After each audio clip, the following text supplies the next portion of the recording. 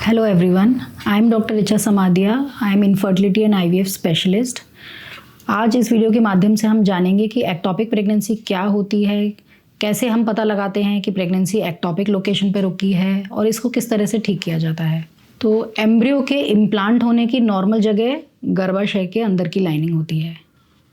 तो यूट्रस जो है नॉर्मल जगह है प्रेगनेंसी रुकने का। यदि यूट्रस के अलावा कहीं भी भ्रूण इम्प्लांट होता है तो उसको एक्टोपिक प्रेगनेंसी बोलते हैं। इसकी मोस्ट कॉमन लोकेशन है फैलोपियन ट्यूब्स।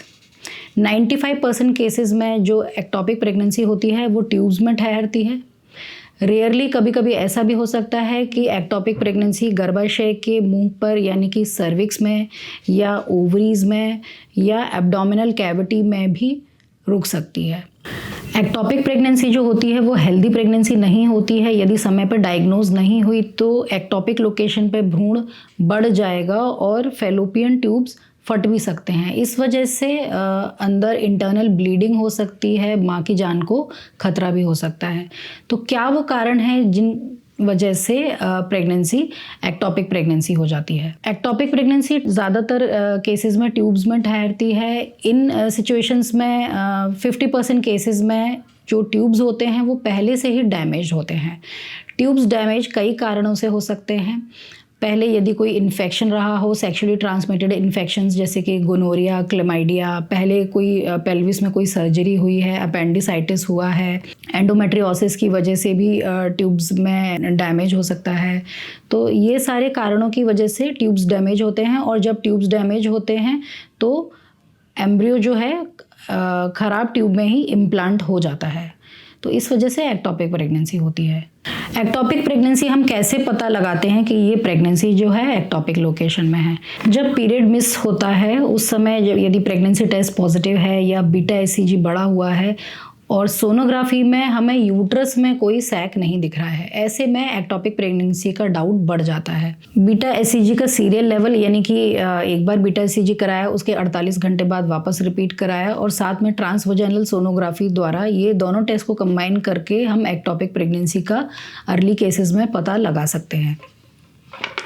जब प्रेगनेंसी अंदर बढ़ जाती है यानी कि यही समय पर डायग्नोज नहीं हो पाई, उस समय कई बार मरीज़ जो है वो अत्यधिक पेट दर्द, इरेगुलर हैवी ब्लीडिंग के साथ भी प्रेजेंट करता है। यदि प्रेगनेंसी ट्यूब में ठहरी है तो ऐसे में ट्यूब अंदर फट भी सकता है यदि समय पर डायग्नोज नहीं हुआ हो तो ऐसे में बहुत हैवी इंटरनल ब्लीडिंग हो सकती है, पेशेंट शॉक में जा सकता है और उसकी जान पर भी बन सकती है।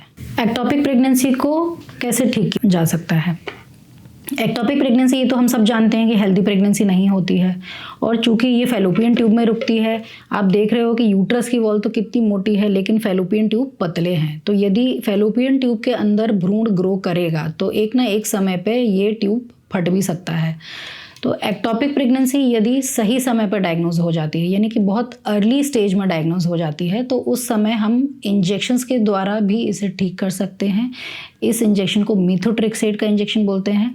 मीथोट्रेक्सेट का इंजेक्शन तब दिया जा सकता है जब मरीज़ की सामान्य स्थिति ठीक हो यानी कि पल्स, ब्लड प्रेशर सही हो और इंटरनल कोई ब्लीडिंग ना हो, बीटा एचसीजी की वैल्यू भी कम है और जो हमें सैक दिख रहा है उसके अंदर कोई फीटल पोल या भ्रूण ना विकसित हुआ हो या भ्रूण में कोई कार्डियक एक्टिविटी ना आई हो, तो उन कंडीशंस में मीथोट्रेक्सेट का इंजेक्शंस देके भी इसे ठीक किया जा सकता है।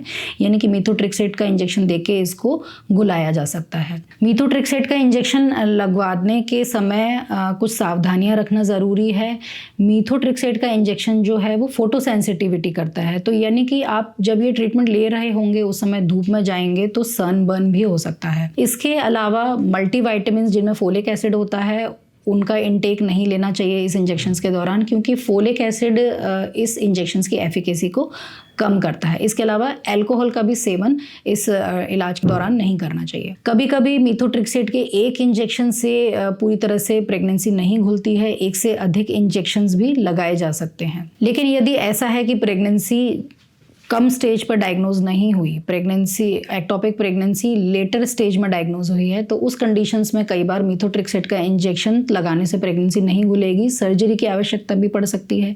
यदि सैक बड़ा है, जो जेस्टेशन सैक रुका है ट्यूब में, यदि उसका साइज़ बड़ा है, 4 सेंटीमीटर या उससे अधिक है, बीटा एसीजी की वैल्यू बहुत ज़्यादा है, 10,000 से ऊपर है, या उसमें फीटल पोल दिख रही है जिसकी धड़कन भी आ गई है, तो इन कंडीशंस में एक्टोपिक प्रेगनेंसी को लेप्रोस्कोपी के द्वारा हटाया जा सकता है। लेप्रोस्कोपी एक मिनिमली इन्वेजिव सर्जरी है जिसमें पेट के अंदर दूरबीन डाली जाती है और उससे हम एक्टोपिक प्रेगनेंसी को हटा सकते हैं। अब यदि एक्टोपिक प्रेगनेंसी एक बार रुक गई है तो क्या दोबारा भी चांसेस हैं एक्टोपिक प्रेगनेंसी रुकने के?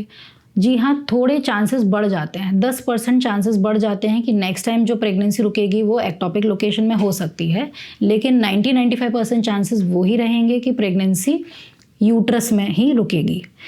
तो अब यदि 10% ही चांस है और 90% चांस है कि प्रेगनेंसी यूट्रस में ही रुकेगी, तो इसका मतलब ये है कि अगर एक बार एक्टोपिक प्रेगनेंसी हुई है तो दोबारा जब भी आप पीरियड मिस करते हैं, आपका प्रेगनेंसी टेस्ट पॉजिटिव आता है, तो आपको सावधानी रखनी है, अपने डॉक्टर को इमीडिएटली कंसल्ट करना है कि यदि नेक्स्ट टाइम एक्टोपिक प्रेगनेंसी रुकी हो तो वो टाइमली डायग्नोज हो जाए।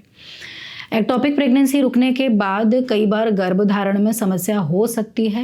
यदि एक बार एक्टोपिक प्रेगनेंसी रुकी है और दोबारा प्रेगनेंसी रुकने में मुश्किल हो रही है, तो इसका मतलब कि ट्यूब्स खराब होंगे जिस वजह से दोबारा प्रेगनेंसी रुकने में मुश्किल आ रही है।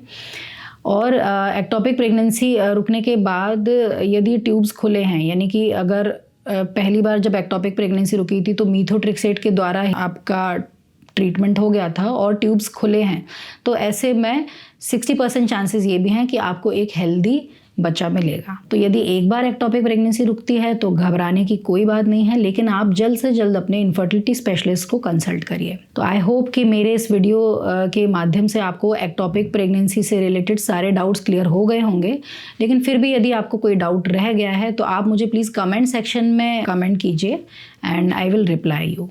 Thank you so much.